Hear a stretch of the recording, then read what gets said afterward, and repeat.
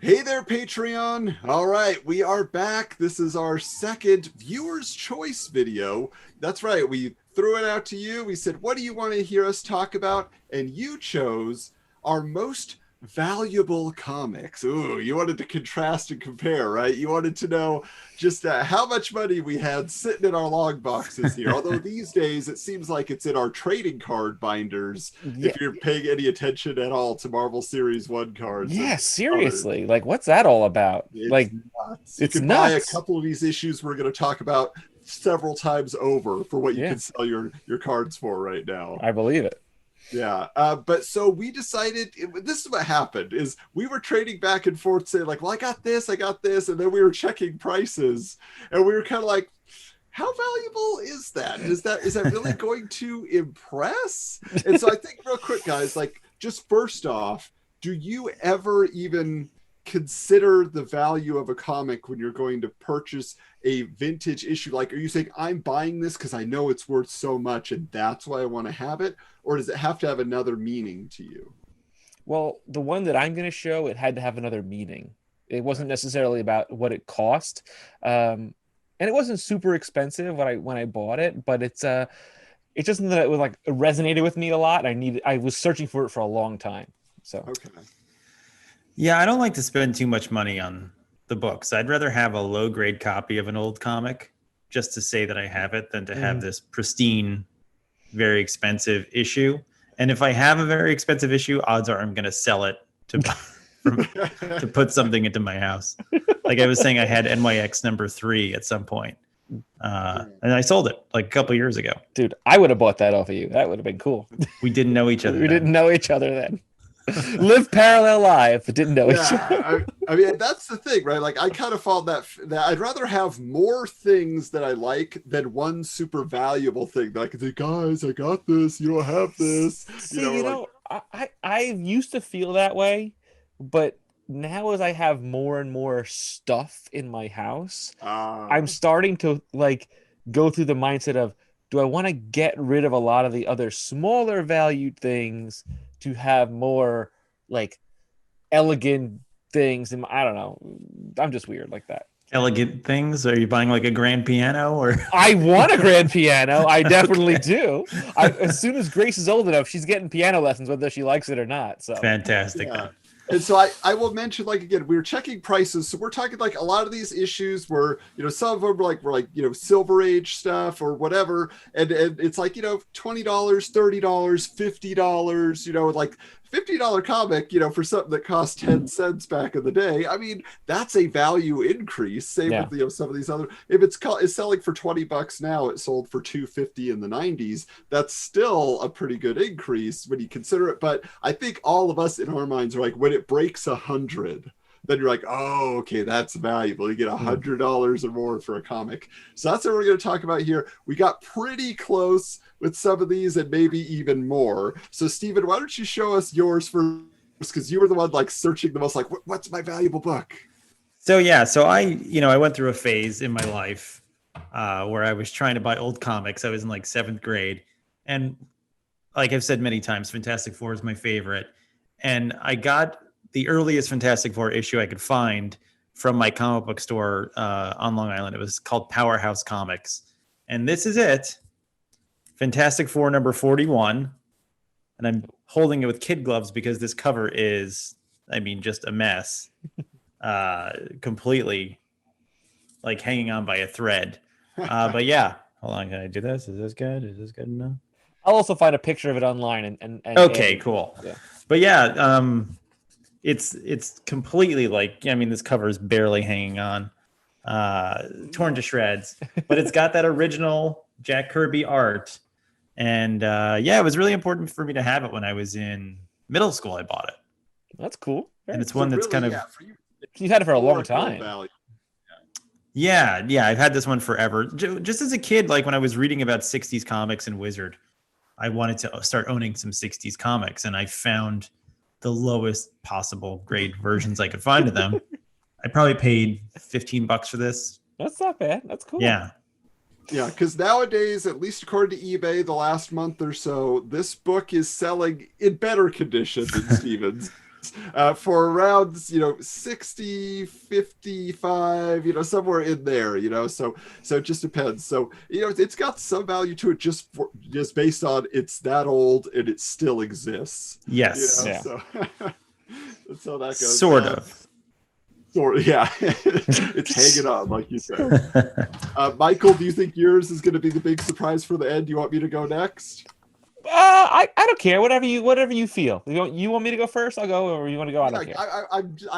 The suspense is killing me. I want to know what you got over there. I want to see this. Oh, of course. What is First that? appearance of the Huntress? This is the first appearance of the Huntress, Oh. Helena Wayne Huntress, though. And so I wanted this book for a really, really long time. And I searched for it forever. I was looking for it on eBay. Couldn't find great, versions of it or whatever. And found it at New York Comic Con in 2018. A booth had it. He says it's graded a 9.6, but it doesn't have a CGC casing for it. I spent about $75 for it. Ungraded, you could find them for around 40. Graded anywhere from 85 to 100 or so, depending on how high the grade is. I plan on eventually getting it fully officially graded. I just never got around to it. I'm afraid to mail it to them, to do that. But I never opened the cover. I just wanted it because I love the look of the cover. I love the character, and so I ended up buying the actual issue on Comixology to actually read the thing. It has to go sometimes. Yeah, you're just like, I know it's got value. Hang on to it as long as you can. Can I just say that I took my comic out of a frame and now the smell is overwhelming me. It's like that vinegar smell. I'm just dying over here, but. All right, guys. Well, so mine, I kind of teased this in the mini episode when we were trying to get people over here to Patreon to watch this, because this is something where I've bought, books over the years for a value that retains some value, something like this that's still worth $50 to $70. I have a few books like that, but the thing is, this was a total surprise to me. This was something where I was just like, should I consider selling this item because I love it, but maybe there's something to it. And so I was just searching around, and so what I have here, this is the Spider-Man 2099 action figure. They call it a Marvel Legends. It was in that style, but it was kind of its own thing, right? Mm-hmm. And so this came out in 2001. All right. Now, obviously, I'm a big Spider-Man 2009 fan. I have the original issues and all of that. But what happened was I went and looked up the value on this, and I was like, why is this selling for hundreds of dollars? I know he was in Into the Spider-Verse, but it didn't seem like he'd be that popular. It's because of this comic. This is a different edition of Spider-Man 2099 #1 with a white border. Yeah. The other one is that red metallic, right? Yeah. And so this is super rare because not a lot of people bought this figure back in the day. I guess not as many fans as me. And two, yeah. So it's really interesting because the book on its own. So if you just opened up the figure, people don't care about the figure. You tried to sell it. It goes for $167 for the book. But then if you have it all together, this is $325. This just sold. I wonder if if you open I wonder if you open the packaging, people cut the actual issue by accident when they cut in the plastic. Now, luckily, the edges here you could cut off because it's in the middle. It's actually in a plastic bag inside the plastic. Oh, wow. They actually protected it pretty well, which is nice. But yeah, this is just something that just jumped out. I was like, I can't believe it, And then I was like, oh, it's for this variant cover that very few people had, unless they, paid $6 or $7 back in the day to buy that toy. So $6 or $7. I just got a McFarlane Red Sun Superman in the mail for $25. So wow. Yeah. So last question here as we close out then, guys. Just in your mind, you win the lottery, you become the millionaire. What is the book that you have been searching for, or you've been so close to it, am I gonna spend this money, and then you just never bought it? If money was no option, you're like, I want this in my collection. Fantastic Four #1. That's the Okay. one I've always wanted. I've often looked at the Golden Records reprint, which is less expensive. You can find a low grade copy for under $500. Many times I've thought about it. As a kid, I thought that was the ultimate sign of success, as if I owned Fantastic Four #1. So maybe someday. Yeah. Well, I mean, you would all probably assume I would say Detective 27. I honestly think I'd want Batman #1 instead. Hmm. Because it has, the first appearance of the villains. Like, I think Yeah. that's kind of significant. Like, Detective is just, he's going around getting, random bad guys. But that Batman #1, you get the Joker for the first time, you get Catwoman for the first time. Like, that's kind of cool. So Have you ever tried to buy it? I saw that and Amazing Fantasy 15 at New York Comic Con one time.